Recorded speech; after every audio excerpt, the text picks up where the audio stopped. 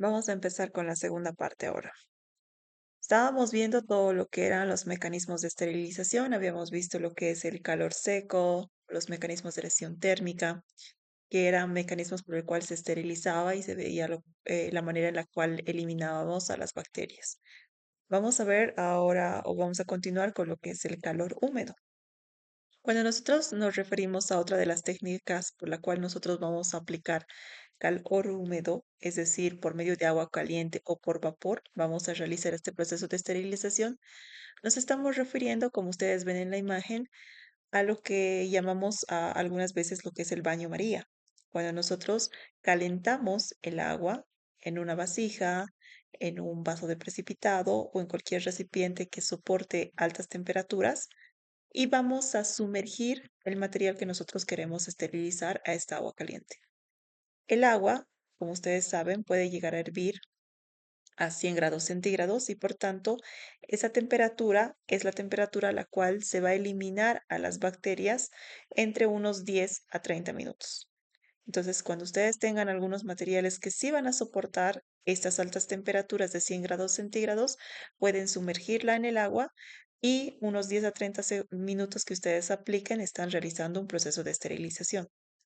Pero hay que recalcar que esta manera de esterilizar no va a afectar aquellas bacterias que estén esporuladas.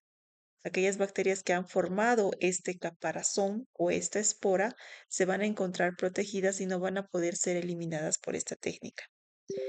Antiguamente se utilizaban bueno, hace muchos años atrás, se utilizaban lo que eran las jeringas reusables, agujas reusables, que para realizar procesos de esterilización se las colocaba en agua hirviendo y de esta manera se esterilizaban las jeringas para ser utilizadas nuevamente en los pacientes.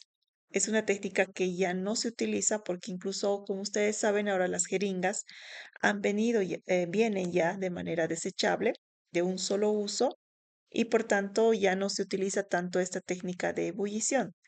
Es una técnica ya mucho más casera, porque ustedes han debido ver, o las personas que tienen bebés, que utilizan esta técnica para esterilizar lo que son las mamaderas de los niños.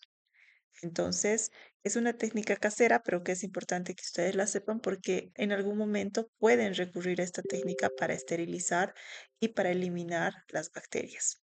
Ya no lo utilizamos tanto en el área clínica porque ustedes saben que la mayoría de los instrumentos que nosotros utilizamos, sobre todo en lo que son jeringas y agujas, ya vienen de material desechable. Otra de las técnicas de esterilización, aplicando lo que es el calor húmedo, es la pasteurización. Esta técnica no la utilizamos en el área clínica, pero es importante que ustedes la conozcan porque es un mecanismo de esterilización que está relacionada sobre todo con el área de la industria de alimentos. De igual manera, como estábamos explicando, se realiza un proceso de calentamiento, pero se realiza el proceso de calentamiento a unas temperaturas mucho más bajas y en tiempos más cortos. Porque al realizar este proceso de esterilización, lo que nosotros queremos es eliminar a los microorganismos, sobre todo a aquellos microorganismos que son patógenos alimenticios.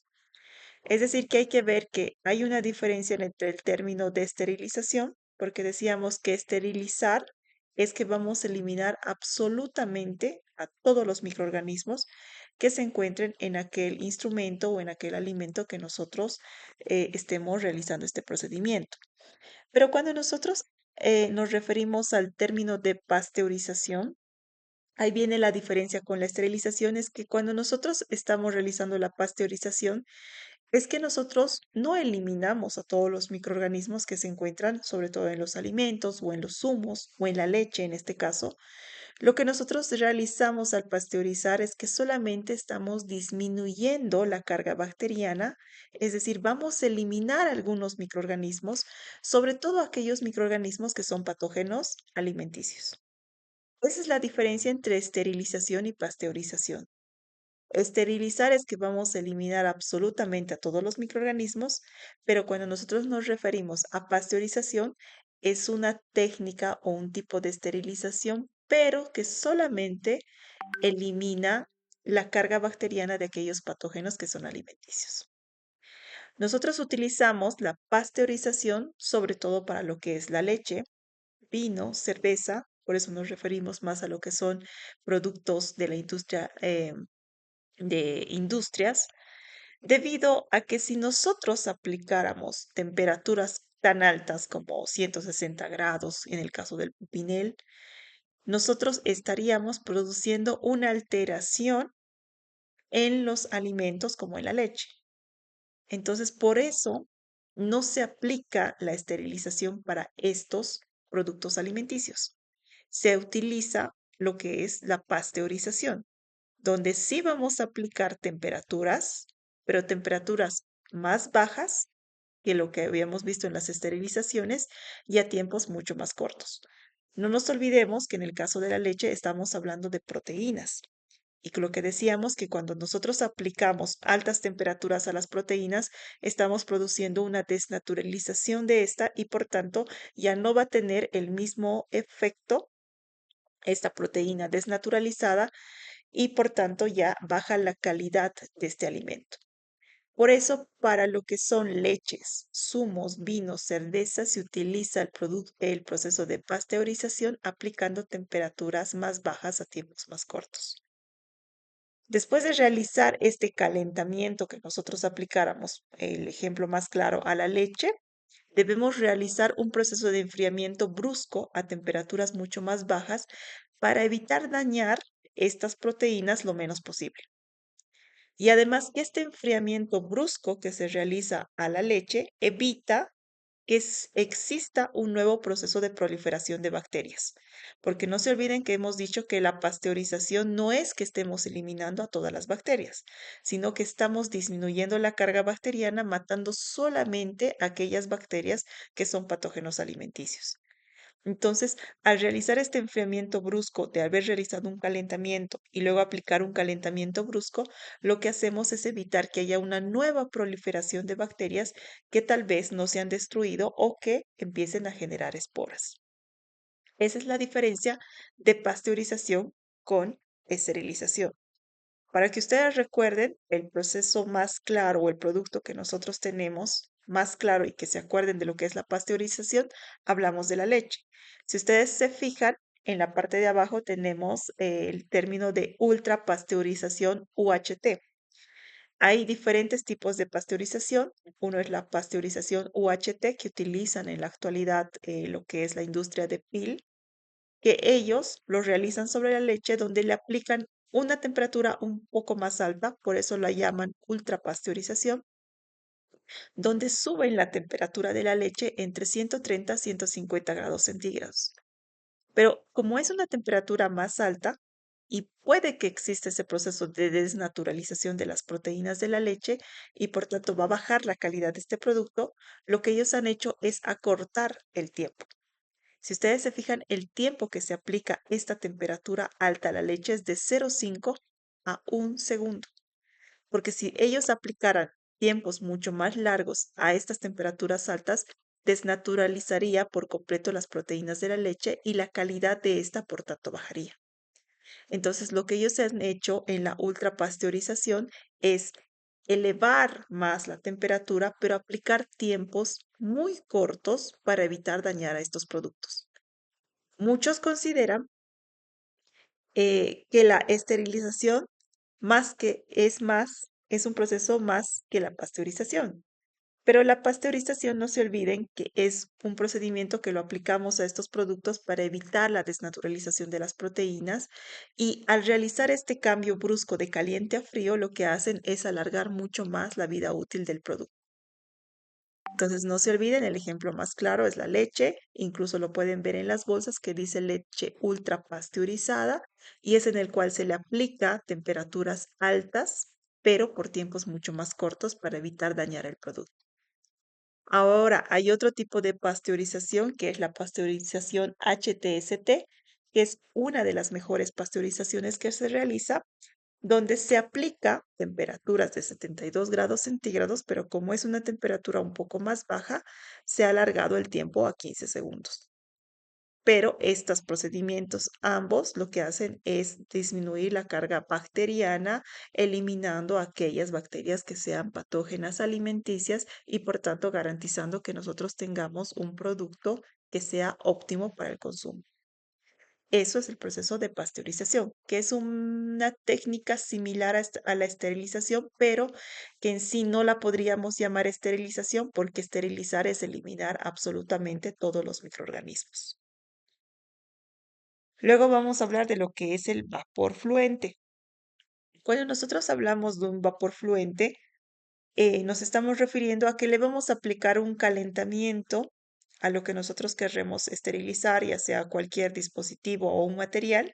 Entonces le aplicamos el calor, pero a temperaturas más bajas y en tiempos más cortos. Vamos a ver que la diferencia con un autoclave es que el autoclave, cuando nosotros cerramos completamente este equipo, aparte de aplicarle calor y aplicarle un tiempo, también estamos hablando de que vamos a aumentar la atmósfera dentro de este equipo, lo cual aporta mucho más al proceso de esterilización. Entonces, cuando nosotros hablamos de un vapor fluente, nos estamos refiriendo a un proceso similar al que habíamos hablado en la ebullición. La diferencia es que aquí no tenemos un agua, no vamos a sumergir el material en agua, pero lo que sí vamos a hacer es calentar a temperaturas más bajas por tiempo más corto, sin aplicar presión. Sin, por eso dice que es muy similar a la ebullición, que nosotros realizamos, sobre todo en laboratorio, cuando nosotros queremos esterilizar algunos medios de cultivo que dentro de su composición tienen proteínas y si nosotros aplicáramos temperaturas más altas, produciríamos la desnaturalización de estas. Entonces, cuando por orden del fabricante nos venden el medio de cultivo, nos indica muchas veces que estos medios de cultivo, al momento de prepararse, solo podemos aplicar temperaturas hasta 60 grados centígrados o 80 grados centígrados, porque dentro de su composición llevan proteínas esenciales que si nosotros les aplicaríamos un calor o una temperatura mucho más alta, estaríamos produciendo un proceso de desnaturalización. Entonces, el vapor fluente es un mecanismo de esterilización, pero aplicando temperaturas mucho más bajas. Se utiliza sobre todo en lo que son los equipos de autoclave, pero lo que nosotros hacemos es no cerrar el equipo, porque si nosotros lo cerraríamos, estaríamos aplicando ya una presión que va a dañar de igual manera a las proteínas de estos medios de cultivo. Lo que tienen en la imagen es un equipo de autoclave que nosotros tenemos en el laboratorio donde colocamos los medios de cultivo y lo que nosotros es programar la temperatura y el tiempo al que nosotros queremos trabajar. Y como ustedes ven, como dice un vapor fluente, nosotros no cerramos la tapa del autoclave para que no exista esa presión que se forme dentro del equipo. Otro mecanismo de esterilización es lo que se llama calor húmedo discontinuo o la tindalización. Cuando nosotros escuchamos hablar de este término, es que nos estamos refiriendo a un proceso de esterilización fraccionado por etapas, por eso nos dice calor húmedo discontinuo, donde lo que se hace es un calentamiento del material entre 80 a 100 grados centígrados, pero lo hacemos en 3 días consecutivos. Es decir, se aplica sobre todo a aquellos líquidos que no los vamos a poder calentar a temperaturas muy altas porque vamos a producir la desnaturalización tal vez de sus componentes. Entonces lo que nosotros hacemos es agarrar ese líquido, lo colocamos dentro del equipo de autoclave, lo programamos para que la temperatura sea entre 80 a 100 grados centígrados y hacemos un primer día con la esterilización a esta temperatura. Entonces, lo que pasa es que el primer día se produce un calentamiento, se va a destruir aquellas células vegetativas, es decir, aquellas bacterias que están en formas activas y que pueden formar esporas. Después de realizar este procedimiento, se deja ese líquido y se aplica un segundo proceso de esterilización el segundo día. Volvemos a realizar un segundo calentamiento y si hubiera algunas bacterias que hubieran logrado sobrevivir a la esterilización del primer día, entonces, en el segundo día, ya con este nuevo calentamiento, nuevamente a 80 grados centígrados, estas bacterias se van a eliminar. Entonces, se eliminan a las que han sobrevivido al primer proceso de esterilización.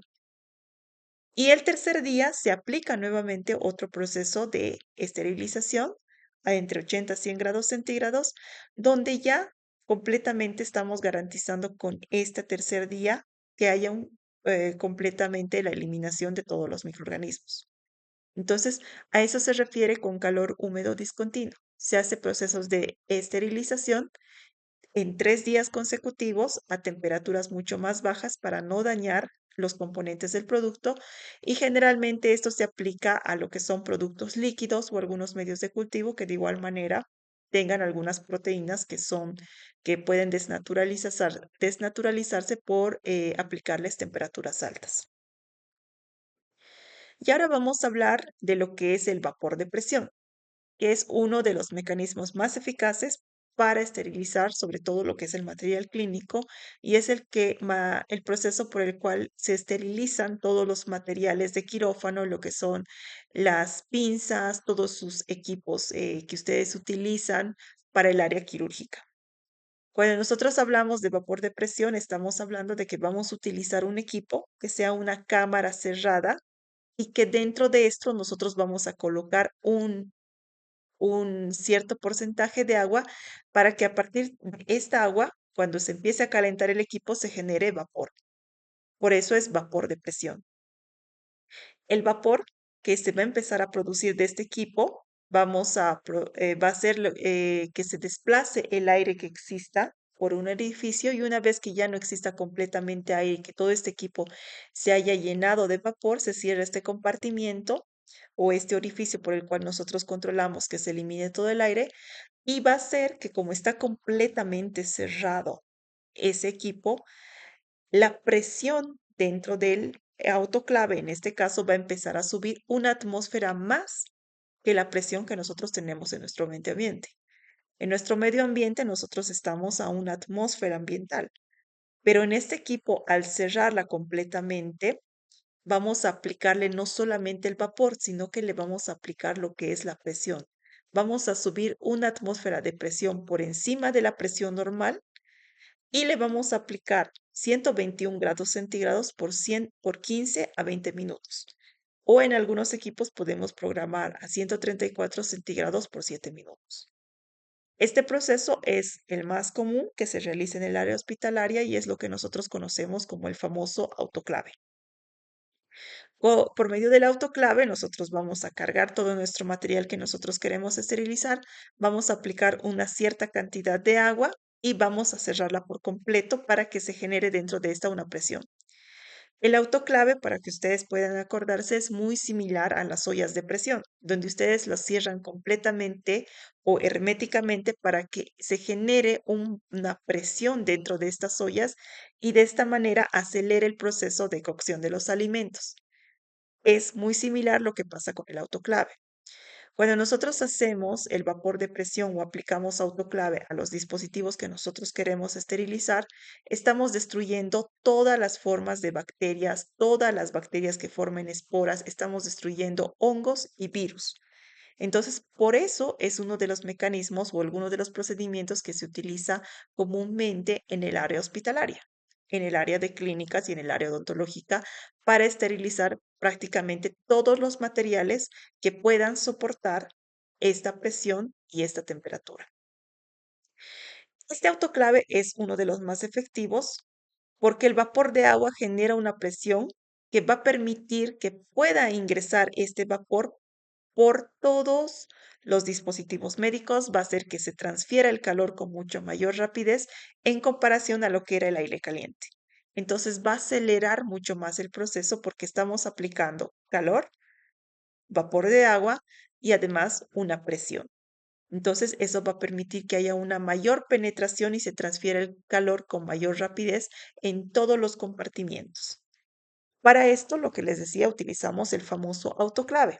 Estos autoclaves los tenemos de tipo vertical o de tipo horizontal. Y por medio de esto, en el área de laboratorio, sobre todo lo que nosotros hacemos es esterilizar medios de cultivo, pueden esterilizar las batas, sábanas, podemos esterilizar agua destilada, guantes. Ustedes van a poder esterilizar prácticamente todos los dispositivos que ustedes utilizan, o sea, todo su instrumental que soporte estas altas temperaturas y esta presión. No metemos lo que son dentro del autoclave, lo que son dispositivos de plásticos, porque va a causar la deformación y la pérdida de este material. Para eso vamos a aplicar otros tipos de esterilización. Entonces aquí les tengo una foto. Al lado izquierdo tenemos lo que es un autoclave de tipo horizontal que ustedes lo deben tener más para el área odontológica, donde tiene bandejas semejantes al pupinel, donde ustedes pueden acomodar sus materiales y generalmente estos trabajan a 134 grados centígrados. Y en el lado derecho tenemos lo que es un autoclave o vertical, que es la que nosotros utilizamos más en laboratorio, que igual nosotros lo tenemos programado a 121 grados centígrados, una atmósfera de presión por 15 minutos. Lo que ustedes pueden ver que estas dos, sus puertas se cierran herméticamente y por tanto esto facilita a que la presión suba dentro de estos equipos. Entonces, hasta ahora ya hemos visto lo que son agentes físicos por los cuales nosotros vamos a esterilizar. El ejemplo más claro es el calor, ya sea un calor seco, ya sea de llama directa, un calor húmedo, aplicando presión, sin presión, realizando procesos de ebullición, realizando la pasteurización cuando nosotros queremos bajar la carga bacteriana en lo que son los alimentos.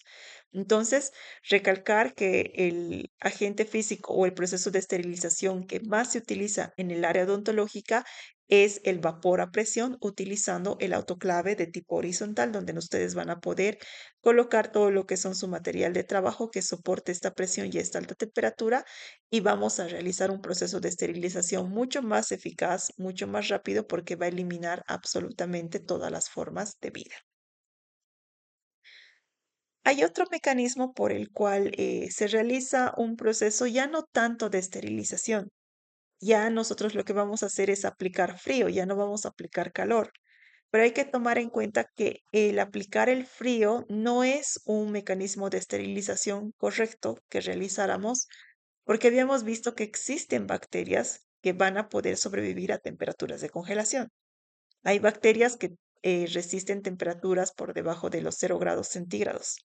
Entonces, el frío en sí no es un mecanismo por el cual nosotros estaríamos esterilizando correctamente nuestros equipos de trabajo. Sí vamos a matar algunas bacterias, pero no se olviden que hay algunas bacterias que van a poder sobrevivir a estas temperaturas. Entonces, nosotros utilizamos más el frío como un medio de conservación de cepas bacterianas. Cuando yo tengo algunas bacterias que deseo estudiarlas o deseo conservarlas por mucho tiempo, lo que ya hago es meterlas en un proceso de congelación. Al meterlas en un proceso de congelación, lo que yo estoy haciendo es parar el proceso de multiplicación o parar lo que es el crecimiento bacteriano. La bacteria se va a quedar completamente congelada, no va a aumentar su cantidad bacteriana, pero tampoco va a morir.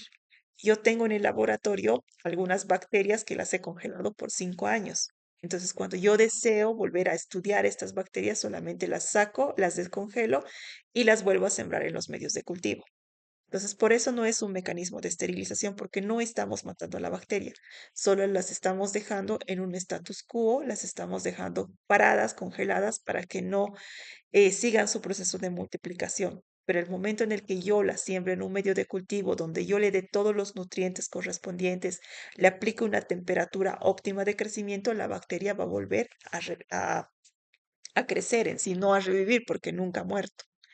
Entonces, el frío, como dice, se aplica como un medio de conservación de cepas bacterianas, no es un mecanismo de esterilización correcta y hay que tener mucho cuidado porque si nosotros realizamos el proceso de congelamiento, luego la descongelamos, es un proceso mucho más dañino para las bacterias porque en comparación, para las bacterias en comparación al hacer un congelamiento prolongado donde la bacteria va a poder subsistir mucho más tiempo. Entonces, si yo quisiera en sí dañar a la bacteria, lo que tengo es que hacer es congelarla, descongelarla y este proceso es mucho más dañino para ellas.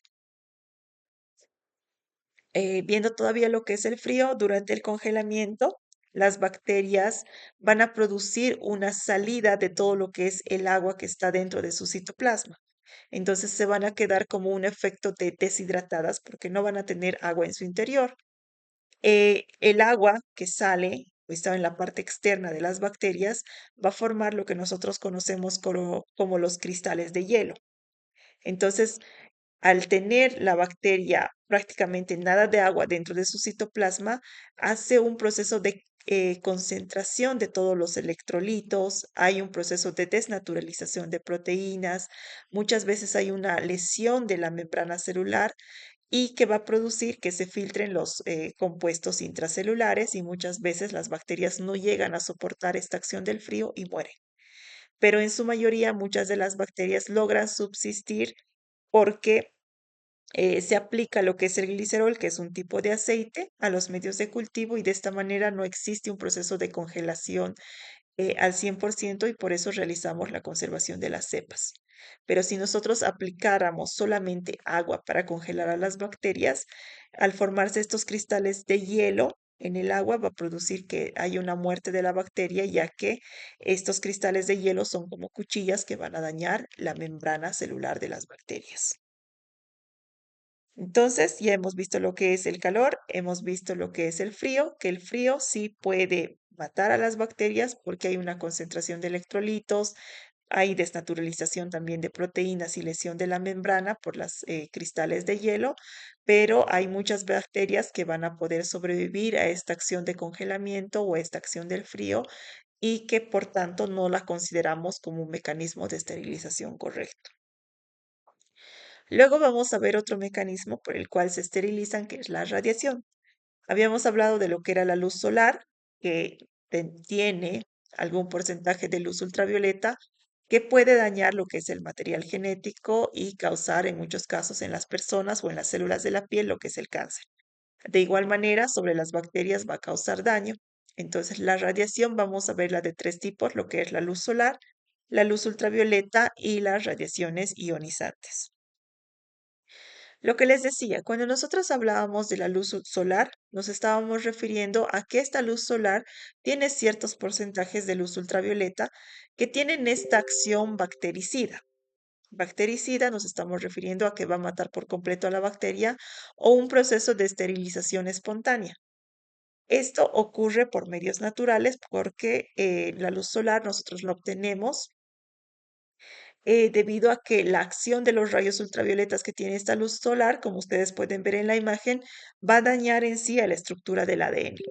Ustedes ven por el lado izquierdo una estructura de ADN que está completamente o está correctamente emparejada por las bases de los nucleótidos y que cuando nosotros aplicamos luz ultravioleta, el efecto de la radiación va a producir que haya mutaciones o en cambios en los pares de nucleótidos que forman el ADN y por tanto ya se produce una mutación que muchas veces daña y va a causar un daño sobre la bacteria y esta va a terminar muriendo.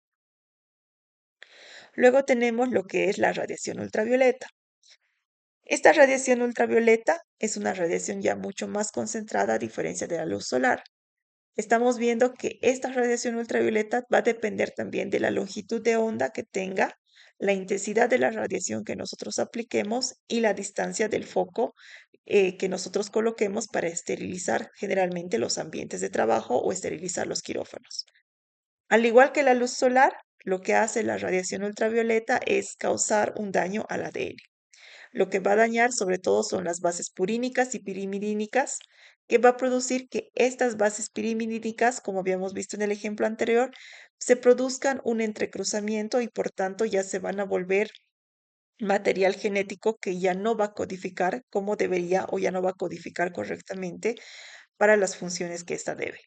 Entonces, esta radiación ultravioleta lo que hace es producir ozono que en contacto con el oxígeno del medio ambiente va a destruir a la bacteria.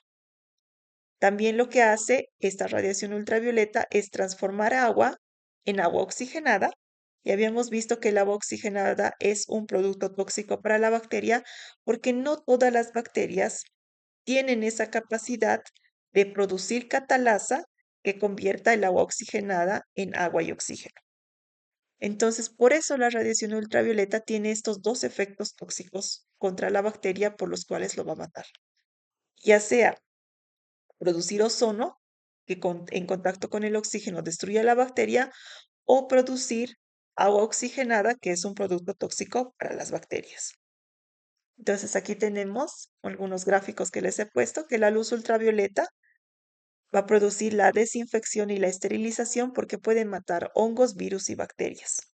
Esta radiación ultravioleta tiene un efecto, es muy eficaz, es de bajo costo de instalación, no se necesita muchos, no se necesita un equipo grande para realizar la esterilización con luz ultravioleta, es de fácil uso y tiene un diseño seguro y como ustedes pueden ver el porcentaje de eficacia es del 99.99%. Acá ustedes pueden ver, es todo lo que son las diferentes longitudes de onda con la que nosotros trabajamos. La longitud de onda, lo que les decía, para la muerte de la bacteria en sí está entre los 315 nanómetros. Este es el espectro de luz que nosotros deberíamos comprar en los focos cuando nosotros queremos realizar el proceso de esterilización por luz ultravioleta. Acá les muestro de lo que es el quirófano. En el caso del seguro universitario se tiene el quirófano y se han aplicado como unos trípodes donde están los focos de luz ultravioleta. Se enciende esto entre unos 10 a 15 minutos para que se aplique la radiación ultravioleta y se desinfecte por completo lo que son los quirófanos. Porque como ustedes pueden ver, hay mucho equipamiento que nosotros no vamos a poder esterilizar absolutamente todo. Si se hace un proceso de limpieza después de realizar el quirófano, de realizar una cirugía, pero como no podemos limpiar absolutamente todos o no podemos esterilizar todos los equipos, lo que se hace es aplicarle luz ultravioleta. Entonces, la radiación ultravioleta hemos dicho que va a producir mutaciones al ADN, causando en algunos casos la muerte de la bacteria. Y si nosotros aplicamos esta luz ultravioleta por tiempos muy cortos, solamente va a dañar el material genético sin matar. Entonces, el tiempo de aplicación es de 10 a 15 minutos si ustedes quieren matar a la bacteria. Si nosotros no cumplimos con ese tiempo, lo que vamos a hacer es simplemente causar mutaciones a nivel del ADN. Se emplean estas radiaciones ultravioletas sobre todo para lo que son esterilización de vacunas. Cuando nosotros queremos esterilizar lugares donde vamos a envasar o ambientes donde vamos a preparar vacunas, donde vamos a envasar lo que son antibióticos, cuando queremos desinfectar lo que son ambientes, cuando queremos desinfectar quirófanos, aplicamos esta radiación ultravioleta, que es de baja penetrabilidad, pero como ustedes han visto, tiene muy buena eficacia. Otro de los mecanismos de esterilización es la radiación ionizante. Para esto nosotros podemos utilizar lo que son rayos gamma, rayos X, por radiaciones que son mucho mayores a la luz ultravioleta. Ustedes saben que los rayos X puede penetrar todo lo que son, como ustedes ven en la imagen, puede penetrar tejidos, puede penetrar lo que son aluminio, plomo, pero no va a penetrar lo que es el hormigón. Los rayos X es lo que ustedes utilizan para realizar técnicas de imagen, para que ustedes puedan ver cómo está el estado de las dientes. Entonces, estas radiaciones ionizantes también se utilizan como mecanismos para esterilizar, ya que dentro de la bacteria, al aplicarse rayos X, se va a producir iones en los átomos que van a dañar el ADN. Y lo que hacen es que se va a inactivar todo el material genético de la bacteria, se va a inactivar su cromosoma y por tanto las enzimas que se produzcan ya van a ser enzimas de tipo nucleasas que van a dañar el material genético y van a producir la muerte bacteriana. Esta es un tipo de esterilización en frío o se le llama también radioesterilización porque no estamos aplicando calor, lo único que estamos aplicando acá son rayos X. Se utilizan sobre todo estas radiaciones ionizantes cuando nosotros queremos esterilizar jeringas desechables, medicamentos que sean de tipo hormonal, vitaminas, ya que estos componentes se van a dañar si nosotros aplicamos calor. En el caso de las jeringas desechables, ustedes pueden ver que están completamente cerradas la parte del émbolo, entonces no habría o no se podría aplicar otro tipo de esterilización. Entonces, para estos dispositivos médicos se aplica sobre todo lo que son radiaciones ionizantes. Esas el tipo de esterilización que utilizan en la industria que preparan estos dispositivos médicos. Luego vamos a ver lo que son agentes mecánicos. Ya hemos visto lo que es el calor y el frío, lo que son agentes físicos, los agentes de radiación, y ahora vamos a ver lo que son agentes mecánicos. Vamos a ver lo que son las ondas sónicas y ultrasónicas, el cepillado y la filtración. Cuando nosotros hablamos de lo que son ondas sónicas y ultrasónicas, nos estamos refiriendo a que vamos a aplicar vibraciones de sonido, pero de alta frecuencia que van a afectar al metabolismo bacteriano. Hemos visto en el tema de fisiología lo que es el metabolismo, los procesos de respiración, fermentación. En algunas bacterias realizan lo que es la fotosíntesis y por estos mecanismos las bacterias van a poder subsistir porque generan energía y generan nutrientes para que ellos subsistan. Pero cuando nosotros vamos a aplicar vibraciones de sonido, vamos a afectar específicamente a este metabolismo, produciendo también que las bacterias no funcionen de manera correcta, no obtengan su energía y sus nutrientes. Y de igual manera vamos a afectar a las proteínas porque se va a producir este proceso de desnaturalización. Vamos a destruir también cantidades de sustancias que están dentro de las células o dentro de las bacterias, produciendo su muerte. Entonces, estas vibraciones de sonido producen y afectan a lo que es el metabolismo, a la desnaturalización de las proteínas y destruyen a sustancias que están dentro de lo que son las bacterias. Estas vibraciones lo que van a producir también es que la bacteria se va a romper y por tanto van a liberar los antígenos y las enzimas. Son más susceptibles sobre todo aquellas bacterias gram negativas. No es de un valor práctico tanto así para la esterilización y la desinfección en el caso de odontología, porque no se aplica estas ondas sónicas a los materiales. Hemos dicho que el vapor de presión es uno de los mecanismos de esterilización que ustedes utilizan más en el área de odontología. Luego vamos a ver lo que es el cepillado, que de igual manera es un procedimiento mecánico por el cual ustedes retiran la suciedad y por consiguiente los microorganismos.